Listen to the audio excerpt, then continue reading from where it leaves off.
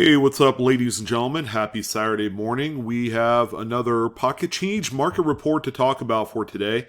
Finally glad I was able to get one of these off relatively affordable for Saturday. As a lot of folks usually go out, they pick up coin rolls from the bank. They go and check out not only the coin shops, but there are also shows back in attendance with people just coming in and doing their thing. So it's a great time. It's a very ripe time rather, to do some cherry picking, and that's what a lot of people do. They'll go to the shows. They'll try and identify a variety or something to that effect that was not readily apparent to the dealer. And some dealers just that's not their interest. Okay, they just want to turn and burn coins for what they are. Yeah, and all that great stuff. That's just the way that a lot of dealers operate. They usually don't take the time to check out some of the minor stuff, which to the secondary market is anything but, because we've seen some pretty robust realized sales on eBay for these coins. So we have a nice list. We have 26 coins to talk about straight from eBay, all within the last 24 to 48 hours. I did have someone from 2 weeks ago mention that, hey, it would be great if you just did like a huge mega PCMR report with like 40, 50 coins. And I think I'm going to do that. I'm going to do that for the last PCMR for the month of April. All right. So we have this one today, kind of like the halfway point, the midpoint of the month. Again, the market is just fantastic. The prices are holding on a lot of some of the most minor coins I've ever seen in my life. And there's even some coins that, exhibit quite a bit of wear and damage and a lot of wear and tear that have realized some pretty strong sales. And you'll see that here momentarily. But we will do that mega PCMR report at the end of the month. Was it 30 days? So it might be May 1st. I think that's a Sunday, where we will do that big mega drop of coins, all from eBay, because the market is incredible right now. I could easily pull 50 coins in a matter of 48 hours for you guys to consider. A few just regular, normal week in, week out points. All the coins are raw. We talk about no graded coins. The big idea is you find it and then you sell it just as easily as you had found it. That way you don't have to incur costs to grade any of these. Now, there are a few coins that, surprisingly aren't graded, and people will buy those to grade them and encapsulate them, and they'll be worth a little bit more money in that particular regard. But all the other coins, why spend the $25-$30 to submit a coin to PCGS or NGC? The coin comes back, whether it's straight graded or body bagged, whatever the case may be, or a details coin. The coin will still be worth exactly how much it was before you had sent it out. So you're spending all this money needlessly when you could just go and flip it. Unless you want to keep it in your collection, all right? It's sometimes cherry picking and finding these errors and varieties isn't all about the resale value. But if you're looking for really nice coins to add to your collection, that's also as meaningful, if not more impactful. All right, so let's go ahead and jump in to the first set of coins from eBay. We're going to start off nice and easy. That's what I like, nice and easy. So we have a 1964 Lincoln Memorial cent. The coin is a nice brown with some spotting and various other things. So it's not like clean as a whistle type coin. There could be some environmental type of damage or chemical altering on the surface of the coin to show or to cause rather some of the darkness on here. This looks like it was probably exposed to something at some point. It's kind of hard to say, but even in a coin in this condition, there is some secondary market kind of desirability. Now, the 64p Lincoln is also a doubled die reverse. Okay, this is number one, numero uno, but you can just see all of the crazy looking doubling in E pluribus unum, and then for most of the letters surrounding the periphery of the coin, United States of America, you can even see the doubled serif right here on the S and states. You can see it here on the T and the E as well. Just a phenomenal coin. These are actually not as rare as it would appear. I've found a few of these myself over the years. And they're all around this condition. There are some out there in mid-state that you can find that are worth quite a bit of money. But this one right here, not bad for a nice little find in circulation. Sold for $28 here in the last day or two. The next one that we have here is a little bit nicer condition. It's nice red-brown, a little bit of color toning to it. It's a 1953D Lincoln wheat cent. This particular coin right here is also an RPM. You can see that that secondary D is west of the primary D mint mark. All right, so as we all know, repunch mint marks occur when the mint employee taps in the mint mark onto the working die. And sometimes they'll punch twice, sometimes they'll punch 3 times. Maybe they miss the mark a little bit and move over to the right, to the bottom, down, a little bit south or north or whatever. But that's how you get the double punched mint marks, and some of them are way off. Like the 56D over the misplaced D, which I think is RPM number 8. Is quite spectacular. But this one right here, no slouch either. RPM number 2, sold for $8.90. And yeah, just make sure you look out for these. It's easy money in the bank. Our first piece of currency on the list is a 2003 A Series $1 Federal Reserve note. All right, it's just a good old basic $1 bill. It's in pretty nice shape. From the front of the note, it looks like there's not a whole lot going on, nothing out of the ordinary, but if you looked on the reverse, we have a nice light front to back offset wet ink transfer. These notes are printed pretty quickly on their sheets, and then all the sheets are stacked on top of each other, so you're going to get some of that wet ink transfer to the other sheet, and so on and so forth. Normally with the drying process, it dries quick enough so that way you don't get the transfer, but there are certain instances where that's not the case. So here's one right here. You have a nice full 100% transfer. And these notes, from a currency collecting perspective, especially the error side of it, is very desirable. And they're looking for these type of notes in the more newer dates. So this one right here is considered that, and it's sold for $174.45. I will add that the condition is quite nice on this piece. The next coin that we have here is a 1979 Philadelphia. All right, so the Philadelphia struck Roosevelt dimes of the era doesn't have a physical mint mark. Keep that in mind. So the 79P Roosevelt is slightly off center by, I would say, like 5 to 7%. It's a relatively minor error. You do still have a full date, which that's kind of like a gauge of the desirability of an off-center struck error coin. If you could see a full date with the mint mark, those are much more meaningful to these collector types. This one sold for $25 here in the last day. All right, so I get questions about these type of coins all the time. So our subject coin is a 1925 Lincoln wheat cent. It's kind of funny because it looks like it could be off center. It looks like there's something funny going on with the edge, where you see kind of like this flattening area right here. But at the same time, the coin exhibits a lot of waviness. Like if you scrunched up a piece of paper or something, and then you pulled it back out, so that way it's a nice flat sheet. Obviously, you're going to get waves and curls and all sorts of crinkles in there. What we have here, and I come across these all the time, and it's more evident on the reverse as well. This was a coin that was forced into like a good luck token or encasement, the kind that you would get like at a fair or a carnival, that sort of thing. So these good luck tokens, which were very prominent during the 40s and 50s, had a machine that was pretty heavy duty. It was pressing the coin and squeezing the life out of it, so that way it shrinks the coin down and it seals and encapsulates the metal, which is normally aluminum, of that encasement around the coin, so it pinches it too. I'm willing to bet that if we looked at the very edge of the coin, you'll see where it's kind of like pinched, and it makes a channel all the way around the edge. But in hindsight, when these things are removed from the encasement, it's actually worth more in the encasement because it's such a common date. It's a Philadelphia coin. but when they're removed, they are considered damaged coins.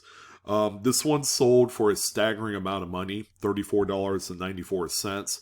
That person that bought it probably already knew that it was a previous encasement, and they just wanted a host coin of that type. But usually under no circumstances should you spend that kind of money for this coin like this, especially if once they're out of the encasement, they're worth quite a bit less money. The next coin that we have here is a 1999 Lincoln Memorial Cent, and this one right here is in really nice shape. This is actually off-center by about like 15%, maybe 20%. A beautiful high-end coin. Again, as you guys know, these are copper-coated zinc composition coins, so you want to make sure that you store these with the best intention that they will survive the long haul, because as we know, exposed zinc on any one of these type of coins will begin to rot into itself. So any sort of moisture that's introduced, and it's real simple on these coins. You'll see them mostly on the reverse, right around, like right here, around the memorial, where you have the pull away of that copper plating, and then that's where you're gonna have a really nice exposed area. So make sure you store these in a dry spot. This one right here is sold for $15.48. Again, it's a very common date for off-center struck coins. All right, so here's a coin I've talked about on a number of occasions. I've kind of dialed down a little bit, discussing the clogged die issue on these Kansas state quarters. Of course, you guys know the In God We Rust coin is a very prominent type of anomaly out there. Some would dispute that it is not really a fantastic error at all, because the T in trust is normally clogged with all sorts of gunk and grease and debris and all that stuff. But this one right here has a nice kind of like light strike through on that letter T right there. But what I really love is the close-up image that this particular seller had taken, and we are seeing it here in full display. The T is just about completely missing, and that's kind of like the favorable part about this type of anomaly, is that the In God We Rust it firmly places this particular kind of like minor error along the lines with a floating roof and a missing initials, and the spitting eagle, which we do have one of those on the list, things of that nature. So, even after its inception and its discovery, these coins still sell for a decent amount of money, if and only if because there is a dedicated group of people that really do like these. This particular coin right here sold for $15, which I would say is one of the higher priced In God We Rust quarters that I've seen in recent memory. Now, this is well known on the Kansas State quarter, but these have been known to show up on a couple other, same era, same date range type of statehood quarters. All right, so make sure you look for stuff like this. I mean, this is a relatively newer Lincoln Shield Cent. It's a 2015. It's a Philadelphia. But this one has a really nice die crack that goes right from the rim and then through his head. It remains to be seen if this is a true bisecting die crack. I wish the photos were a little bit better, but this is what I'm working with based off the original seller's images. So we have a full obverse. There is a reverse, but there's nothing of note there. You can barely make out a little bit of the crack that goes through the W in we and into his head. Now, customarily, we will call these spike heads, as that's what they're attributed on cuts on coins. But this one goes right through his head, right past its ear, and then down somewhere into his jacket area. And I don't know if it goes all the way through. That would be pretty neat. Bisecting die cracks, if you could image them correctly and perfectly, actually sells for a lot of money. I mean, if this is a true bisecting type coin, they go for about like 30 to 50 bucks, depending on what it is. And seeing as this is a newer coin with better quality controls, that would just be spectacular. This particular coin right here sold for $24.45. Make sure you're looking at your new coins. These do show up, and even to this day, we are in 2021. The U.S. Mint is not immune to quality control issues. 1978 Lincoln Memorial Cent. This is actually my birth year, so I'm kind of fond of this coin. But this is also our seller of the week for the main reason. The images are dynamite. These are some of the sharpest photos that you will see on coin listings. But what we have here, real simple, we have two curved rim clips. All right, you have one here right where Liberty is, so like the K9, K10. And then we have another one here at the K11 position, right above God and We. And then you do have some Blakesley effect, so you have some flattening of the corresponding rim at that point.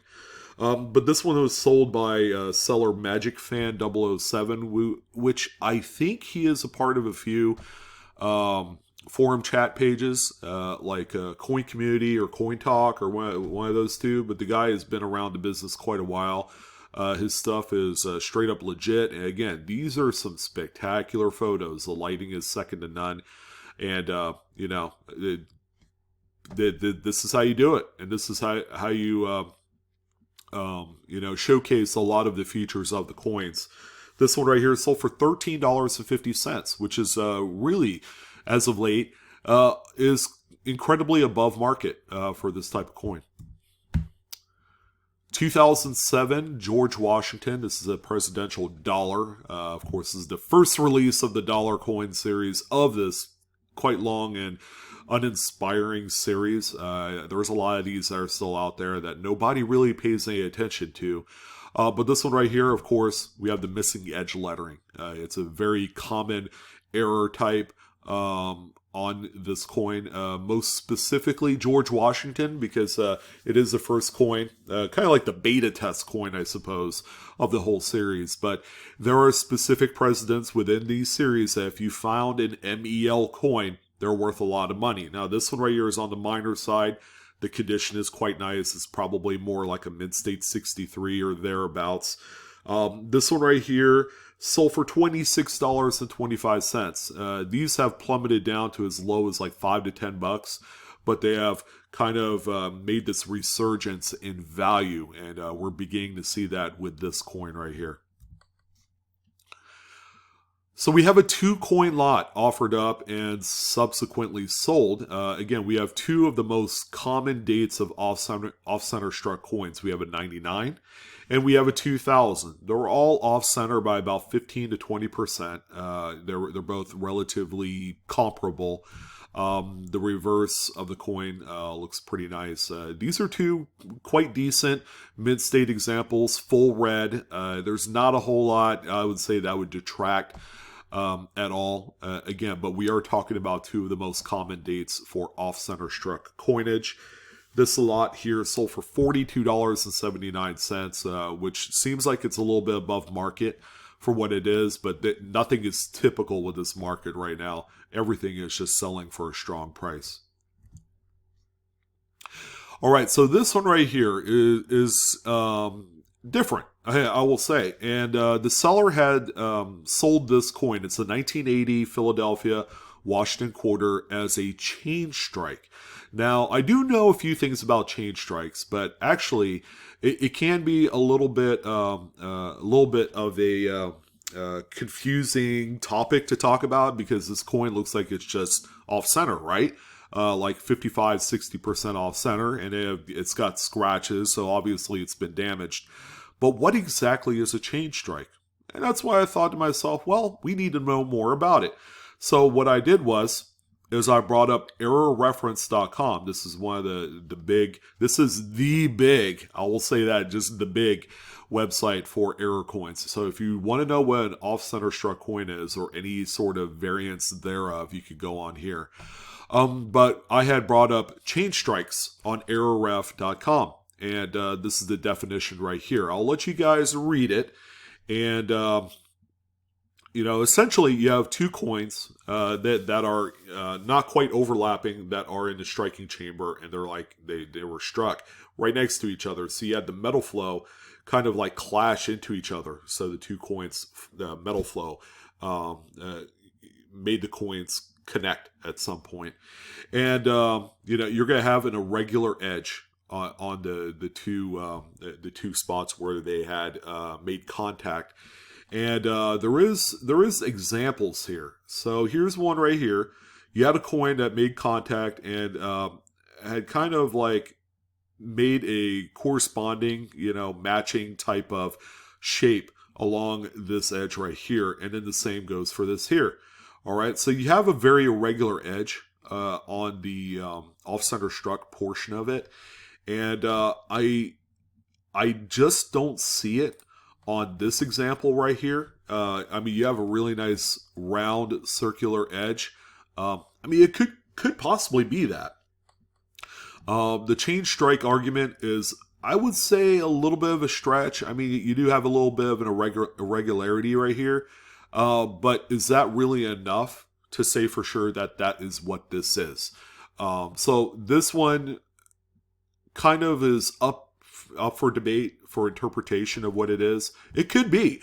There might be something I'm missing on this coin that might say otherwise. But, this is a coin that sold for $144, ladies and gentlemen. Obverse scratches and all. So, there are people, probably error collectors, that firmly believe that this is indeed a chain strike. So I don't know. I mean, it's a really cool error. Aside from that, it's a shame that it got some digs in there. But to purist error collectors, if it's rare and it shows exactly, it's kind of like those key points that you're looking for a very specific type of error, like a chain strike, then it's probably worth all that in a bag of chips. All right, the next one that we have here is another really nice error coin. Unfortunately, it's got some damage on the obverse, as you can see, with these little digs and scrapes and stuff. It's a 1990 Philadelphia Roosevelt dime that is double struck. So the secondary strike is way off center. You can see it right there by about like 90%. And this one right here sold for $56.55. Damage and all. All right, so we're seeing a recurring week in and week out trend that some pretty spectacular errors, not exactly on the minor side, but some things like double strikes and all that, types. Even cuds, some pretty spectacular cuds with damage that's apparent on there. Still selling for strong amounts of money. So keep that in mind. If it's damaged, don't be afraid. There is always going to be a buyer for coins, even for ones that have a lot of issues. Our next piece of currency is one that's a little bit older. This is the older small head design 1969 $10 Federal Reserve note. You will see on the front of the note that it looks like a very well circulated 10. On the back of the note, wow. All right, you have an incredibly misaligned second print. So it's real simple. The sheet was just out of misalignment when it was printed, and it doesn't mate up perfectly to the front. All right, so some will say, well, this is a miscut. I'm like, how can it be a miscut? The front of it's perfect. The back is not. So it's a misalignment of the sheet when it was printed. This one right here sold for $54.75. I mean, still valuable, but you got to keep in mind with these type of notes, error collectors can be construed as a little bit finicky. I know I am. Like usually I'll never buy a note with like incredible rust spots or foxing, if you guys know what that is. And that's pretty much just mildew that has dried up over time. So it looks like a bunch of brown little spots on the note.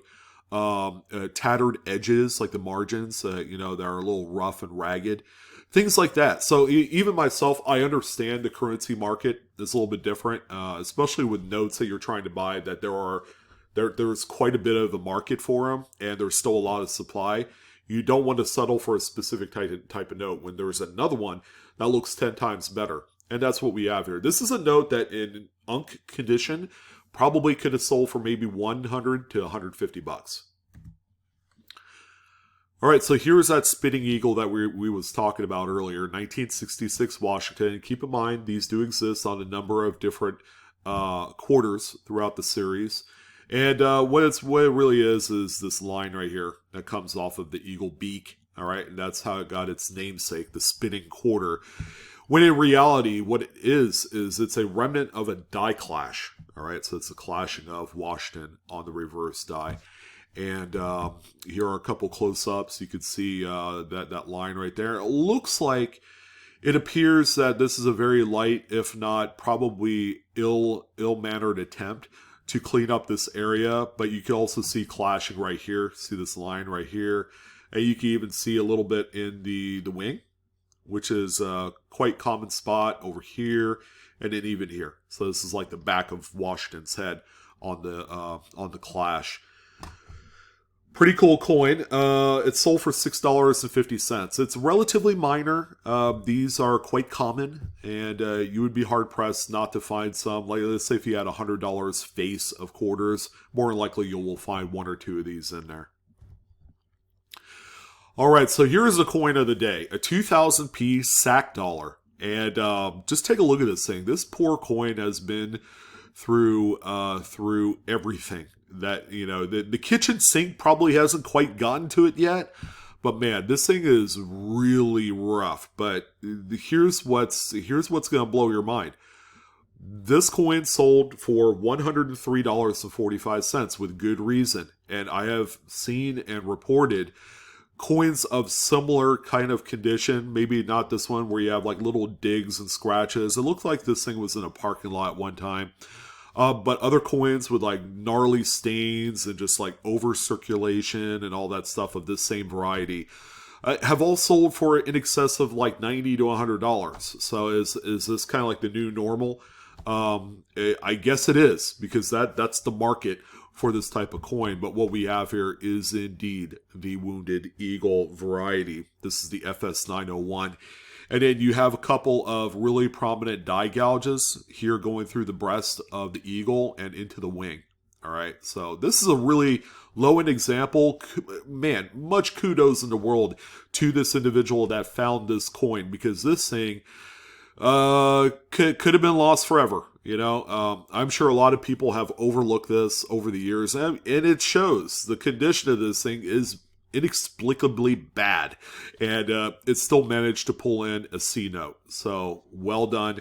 Make sure you guys are looking for these. The year 2000 Philadelphia Sacagawea dollar is like very plentiful. There is a boatload of them out there, and these will and do exist in good quantities. All right, so for this next one, this is the best that the seller managed to muster as far as imaging. Yeah, there is no left and right part of the note, so this is what you get. But fortunately for the seller, there's plenty of information to be gathered from what we have going on here. But you can see an obvious and blatant misalignment of the third print, because the serial number is overlapping the first print kind of design of the note, which is cool. That's what you want to see with a misaligned third print, is some overlapping effect. And that's what we have here. This one right here, also on the reverse, that's what it looks like. It's not only is the image upside down, but it's still cut off, and you do have a little bit of a tear. So, you know, this note has an issue based off of that. Again, I'm finicky when it comes to stuff like that. This one right here sold up through 13 bids to $39.45. Outstanding. And that's what you would normally look for when you're going through dollar bills and other paper currency. It's stuff like that. People love it. All right, so our somewhat out of focus images is a 1914 Lincoln Wheat Cent. This one is a woody, so you have a improper alloy mix. The tin and the copper just wasn't mixed very well, and that's why you have this effect on here. So it's a wood grain type pattern. They call it a woody. Very dedicated collector base for things like this. Nice early day too, and it's sold for $34.94. You're going to continue to see strong sales of these wood grain effect coins as people get into it and collect it, because they are certainly some of the neatest coins to look for out there. And when you have specific like earlier dates that nobody else has, you're going to see a little bit of a bidding war. And then this one right here is just fantastic. 2021 Tuskegee Airmen. This is the final National Park quarter in the series. And of course, you're going to be looking for all sorts of neat little die chips. We have seen some here on the top of the goggles, connecting the goggles to wars in the letters here. And here's another one. How about this big old die chip right here on the top of the plane, which is really cool. So it's going to be on this top plane right here. And very observant seller, but I don't know why they used a stock file photo for their listing, which is kind of cheesy, to be honest with you. Sold for $8.50. I mean, so for every one that you found, it's like $7 to $8, right? I mean, that's like easy money. Just imagine if you had opened up a full BU box of this stuff and found like 100 of them. You might be rolling in a little bit of dough. Who's to say? I don't know how quickly these would sell. But it's reassuring to know that these do have a little bit of value. And here's another one, 2009. This might be either a birthplace or formative years Lincoln sent. These are Philadelphia. So this one here has what they call the floating nose, all right, that you see right here. And what it is it's an over polishing of that area by a mint employee. So they call it over abrasion. Or an abraded dye, whatever you want to construe that as. It's got a little bit of a toupee action too, so you see some over polishing of this area where the hair just floats right off of his scalp. But this one right here sold for $11.99. Again, just a neat oddity that people pay up for that goes along with like the spitting eagle and floating roof and all that great stuff. For all you Denver collectors out there and half-roll hunters, all right, we have a 1976 bicentennial half-dollar. This is a Denver. And then on the reverse, you do have some strike-through, some clogged die action of these letters and the word independence at the bottom of the P right here. And you can even see some of that weakness that goes into the bottom of Independence Hall. And then the A is missing too. I didn't even see that. You have a weakness on one of the stars. Just a lot of things going on here. With this coin, lots of character. So this one sold for $4.95. So 10 times face, not bad. All right, so here's another a lot of coins. We have 3 off-center struck coins with no apparent dates on any of them. And then we have a blank planchet, which appears to be a quarter blank. It's a Type 2, so it does have the upset rim. You can see that on there. But this is a 4-coin lot. And again, coin lots I like, unless they're overinflated to begin with. This one is close. I think this one has probably maxed out its potential. You would be buying something like this for the potential of just owning these coins. This one right here is sold for $150 by way of 31 total bids. Incredible. I'd say based off of value, there's really not a whole lot of money to make here if you did resell them on an individual basis. All right, so here's another nice, clean 1980 Philadelphia Roosevelt dime, off-center struck by about 20-25%. Very nice, high grade, very minty, fresh looking. This one right here sold for $46.74. Based off of condition and probably just a tough date, you put them together, and that's why it sold for the amount of money it did. We have a couple Cud die breaks. This one right here is another version of what we call the atheist Cud coin, because part of the word God is covered by this Cud. It's a 1984. This one is attributed on Cuds on Coins, so make sure you check it out. Very nice. Cud die breaks, with the wear and tear action on these dies, pieces will fall out. You'll see stress cracks all over the place. The world is an imperfect place, right? Screws fall out all the time. What movie did that come out of? And it holds true for the coinage process. This one right here, pretty nice condition too. A best offer was accepted off of $56.45. And we also have this one here as well. As you can tell, this one has issues. It's got staining and all sorts of gunk on there. Not a pretty coin by any measure. 1983 Philadelphia Jefferson nickel with a Cud. That is very, very prominent right here. I mean, that's kind of hard to miss, But this coin, ladies and gentlemen, sold for $43.84. A year ago, this is like a $20, $25 coin. So we are still seeing some nice, strong trend lines heading upwards for Cud die breaks. And the final coin is going to be dateless, or you can maybe possibly pick up a little bit of a date on there. But this is a late stage struck through die cap. Jefferson nickel. The coin looks like it's circulated quite a bit. All right, so this one's not fooling anyone. It's not mint stayed. It's not freshly made. It's got a lot of love, and fortunately, the person that had discovered this saved it from the rest of its life. And I'm happy to say that this one, through 15 bids, sold for $47. Wow, outstanding. This is a great coin. And these continue to pop up once people learn exactly what they are. It's an easy sell. I don't see a lot of these selling for less than like $25 these days. And it's a nice chunk of money. But what do you guys think? I would love to hear your comments. What did you have a favorite coin on the list? Personally, the Wounded Eagle kind of shocked me, and therefore that's my favorite of the week. If only based on condition alone. I mean, that thing was dirtball city.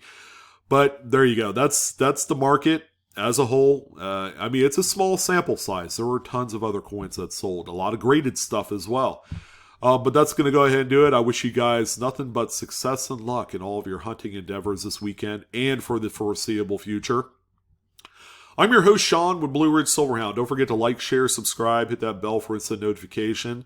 And I guarantee you, we're going to have a 50 coin PCMR video here in 2 weeks. So stay tuned for that. It's going to be insane to the membrane. But that's it. That's all I got for you. You guys take care. Have a good one, and I'll see you on the next video.